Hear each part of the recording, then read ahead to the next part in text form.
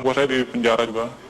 Yang masuk saya jamin kehidupannya, mereka pun saya kasih barang untuk ngedarin di dalam.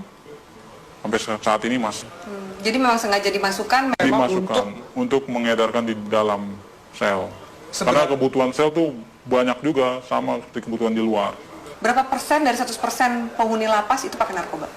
Hampir semua ya. Hampir 75%, 80% itu pemakai. Berarti sipir tahu dan kalapas tahu dong? Tahu. Itu hal umum. Karena kan kita juga masuk barang itu nggak mudah. Biasanya itu uang tip atau apa segala macam selalu diminta. Berapa biasa minta? Sipir berapa, kalapas berapa? Ya nominalnya masih jutaan ya, belum ratusan juta. Masih jutaan. Misalnya jutaan, sipir tuh dapat berapa sih? Sipir sebulan bisa dapat 5 juta, 7 juta. Tergantung kita bawa masuk barangnya berapa banyak. Oh barangnya sekian ya tinggal di itu aja proses. Kalau kalapas dapat berapa sih? Kalapas dia puluhan ya, puluhan juta. Yang paling banyak demand-nya itu di penjara mana? Cipinang. Lebih banyak dia bandarnya. Salah satunya banyak kan anak buah saya selama ini yang ketangkep di mana, mereka di dalam ya saya tanggung semuanya. Dia di dalam, hidup keluarganya di luar, saya tanggung semua. Oke. Sampai dia keluar. Sampai dia keluar. Secanggih apa sih bisa ngatur peredaran narkoba Iya. dalam penjara? Alat-alat mereka canggih dong? Canggih. Mereka alat-alatnya lebih canggih dari pemerintah Indonesia sendiri ya. Masa? Iya. Secanggih apa? Dari mulai telepon, mereka pakai satelit, langsung tembus satelit. Tidak ada lagi lewat operator-operator Indonesia. Mereka semua pakai satelit. Jadi nggak bisa disadap. Nggak bisa disadap. Sangat sulit untuk disadap. Tidak akan ada habisnya Indonesia. Karena Indonesia target terbesar di Asia untuk peredaran. Untuk peredaran. Kenapa Indonesia jadi target? Karena demand yang begitu besar. Demand-nya begitu besar. Keuntungannya juga besar. Hukumannya juga ringan. Soal hukuman, Iya. ringan. Berarti nggak mungkin bikin jera. Apa sih yang bikin jera aparatnya? Dari mana sih kemudian kalau misalnya mau ngabisin ini gitu? Dari mana sih? Biasanya kalau main di hakim itu buat main hukuman. Peringanan hukuman, segala macam. Anda bayar? Saya bayar. Dalam bentuk uang atau dalam bentuk barang juga Anda kasih? Uang, biasanya uang. Mereka hanya uang. Kadang barang tergantung hakim. Hakim maunya apa ya kita kasih. Banyak klien Anda yang hakim yang make juga? Ada banyak. Ada 10 orang ada. Bagaimana Anda menggunakan uang yang luar biasa banyak ini? Biasanya Anda menghabiskan untuk apa? Biasanya saya habisin buat pesta-pesta aja.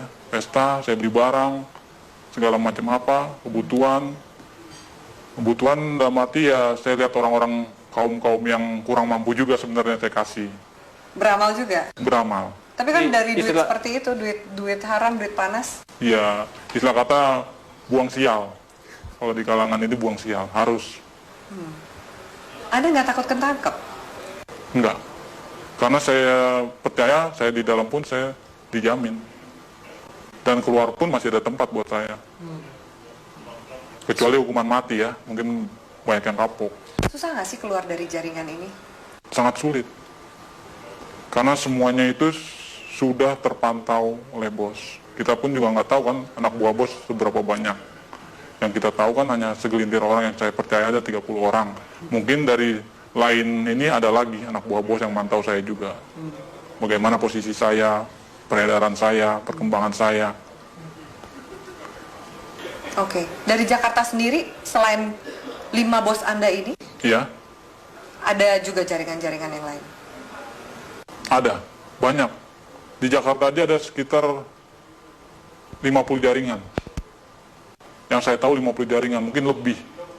Itu yang saya tahu. Jaringan ini lebih besar atau sama kuatnya dengan jaringan Anda? Macam-macam. Tergantung dari barang sih biasanya. Kalau barang kita bagus, banyak juga jaringan ngambil di kita juga. Makanya barang itu nggak pernah akan habis. Tidak akan pernah habis di Indonesia. Walaupun mereka menangkap, menyita segala macam berapa ribuan ton, ratusan kiloton, itu nggak akan pernah habis. Karena itu cuma sedikit, paling seujung jari ya, ujung jarinya dari total barang yang ada di Indonesia. Kalau BNN sendiri, gimana Anda sebagai bandar ngelihat BNN?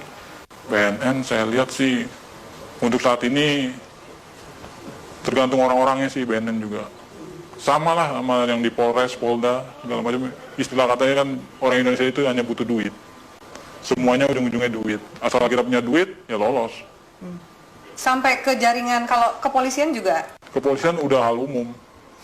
Udah nggak bisa di ini lagi. nggak mungkin dibersihin. Nggak mungkin dibersihkan. Karena memang aparatnya pun pemakai.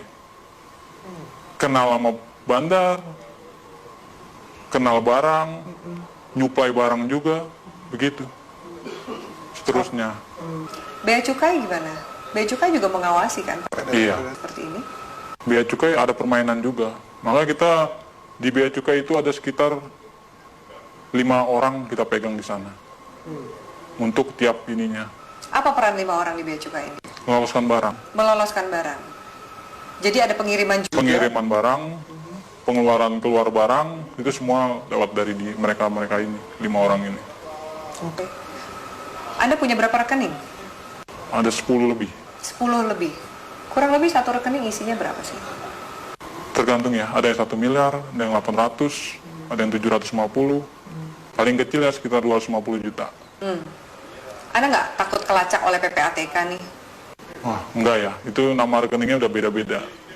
Ada panggilan untuk berhenti dari dunia hitam ini? Belum ada. Saya masih menikmati sampai sekarang karena keuntungannya lumayan.